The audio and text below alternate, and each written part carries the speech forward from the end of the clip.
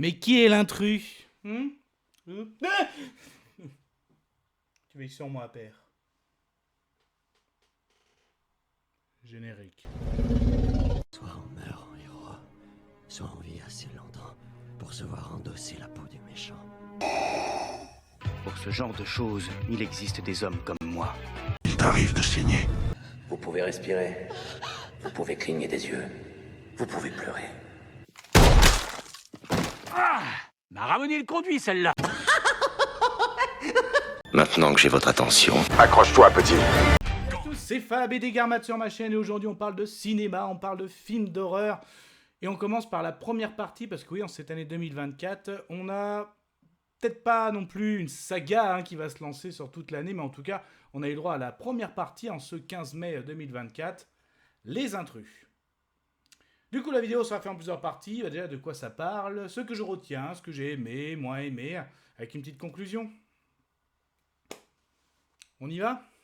Il était une fois une Donc Les Intrus, dans les films d'horreur, oui, on pourrait le classer comme un film de slasher. Donc je rappelle, un film de slasher, une personne ou des personnes masquées qui menacent et qui tuent des personnes par diverses armes blanches. Ça va du couteau à la hache, tronçonneuse, etc. etc. Donc oui. Et donc en gros là, on retrouve un jeune couple qui traverse le pays, en gros pour fêter leur 5e année qu'ils sont ensemble. Et donc ils commencent, ils font leur trajectoire et à un moment ils ont envie de s'arrêter tout simplement pour manger un morceau. Ils se retrouvent dans un petit village assez reculé, j'ai envie de dire. Et en plus, au moment où ils veulent repartir, la voiture tombe en panne. Donc en gros, on leur propose, n'hésitez pas à prendre un Airbnb isolé dans l'Oregon. Donc ils le prennent, et puis un garage est ok, mais bon, la voiture sera réparée que demain. Oui, c'est très classique film d'horreur. Mais durant leur nuit, ils sont terrorisés, non pas un, deux, mais 3 inconnus masqués. Et donc là, on va suivre leur péripéties. Et c'était chouette. Ah, ça craint! Ah, immonde! je t'aime plus que 3 fois 1000. Alors oui, déjà dans le synopsis, le coin reculé, le couple.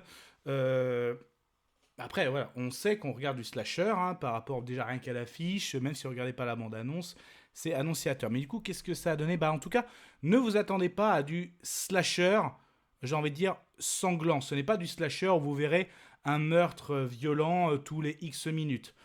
Concrètement, les meurtres se comptent sur les doigts de la main.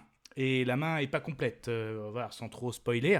Parce qu'en fait, nos 3 antagonistes, une fois qu'ils auront pris un peu... Vous pouvez les considérer comme des chasseurs, mais des chasseurs qui jouent avec leur proie. Donc leur proie, là, voilà, c'est ce couple. Et en gros, pendant, on va dire, 3 bons quarts d'heure, presque 1 heure, donc pratiquement tout le film qui dure 1h30. En fait, une fois que la nuit est tombée, en gros, ils vont chasser, quoi, voilà. Et en fait, même à un moment, il y a une première attaque, donc il y a toujours un moment le doute, est-ce qu'il y a-t-il une présence dans la maison ? Mais après, une fois que même l'attaque est bien lancée, à un moment même, notre couple se réfugie dans une chambre, la porte est défoncée à coups de hache, mais en gros, hop, il repart. Donc en gros, comme s'il laissait une possibilité à leur proie de s'échapper, mais on va dire qu'ils connaissent bien la forêt, qu'ils connaissent bien la maison. Donc on ne sait pas dans ce premier volet qui sont ces 3 antagonistes masqués. C'est ce qui fait un peu le charme du slasher. Aussi, on retrouve, ils sont très sereins, très froids, aucune parole, si ce n'est qu'il y en a une complètement dans la folie, qui aime bien chanter aussi. Chacun a son arme, on va dire le grand costaud à sa hache, et les 2 demoiselles, je pense que c'est des femmes, on en est pratiquement sûr. Une c'est le couteau, l'autre c'est la machette. Mais concrètement, voilà, y a pas, c'est pas du slasher sanglant, il n'y a pas beaucoup de meurtres, c'est beaucoup, on va dire, de la mise en tension de 3 prédateurs qui vont chasser, qui ont leurs 2 proies dans leur tanière. Ça fait un peu ça, voilà. Après, même quand ils arrivent dans le village, on voit bien que c'est à l'ancienne parce que ils entendent bien que, oui, on vient fêter nos 5 ans, on se fait un petit raid, et en fait, 5 ans de mariage, non, 5 ans qu'on est ensemble, tout de suite, tu vois, en gros, pas terrible, quoi, on vivait dans le péché, même, t'as des gamins qui leur transmettent justement, vous vivez dans le péché, même moment, quand le soir, il veut s'acheter un petit, ils vont au food truck, même pendant il attend sa commande, elle lui distribue aussi des tracts sur la religion, donc on voit que c'est très posé. On sent que tout le monde peut faire partie de ces slashers, aussi bien les garagistes que ceux qui tiennent le restaurant, que même les jeunes. Ça peut être vraiment n'importe qui. Donc les codes sont bien respectés, mais après, voilà, une fois que l'attaque est lancée, j'ai trouvé comme ça un peu longuet. Et ça manquait un peu de sang, j'ai envie de dire, pour un slasher, ça fait ça aussi. Donc, je pense que je le conseillerais pour un couple, parce qu'on sent bien que voilà, le couple est vraiment très très soudé. Moi, je le conseillerais à un couple. Si vous êtes un jeune couple, vous allez vous faire un petit film d'horreur, ça peut vous plaire. Après, voilà, si vous êtes vraiment très fan des slashers, c'est pas vraiment le slasher sanglant, c'est plus voilà, les prédateurs qui prennent leur temps, qui jouent avec leur proie. Donc, vraiment là-dessus. Donc, pareil. Bah, quand on m'annonce une partie 1 et que la partie 2 va arriver, je pense qu'il faut faire un complet. Hein. Pour moi, ça va faire, si c'est pareil, ça fait un bon film de 3 heures. Donc pour moi, me prononcer, j'ai besoin de voir la partie 2 quand même. Moi, je vais quand même faire la conclusion. Je vais conclure. Conclusion de ce film, Les Intrus.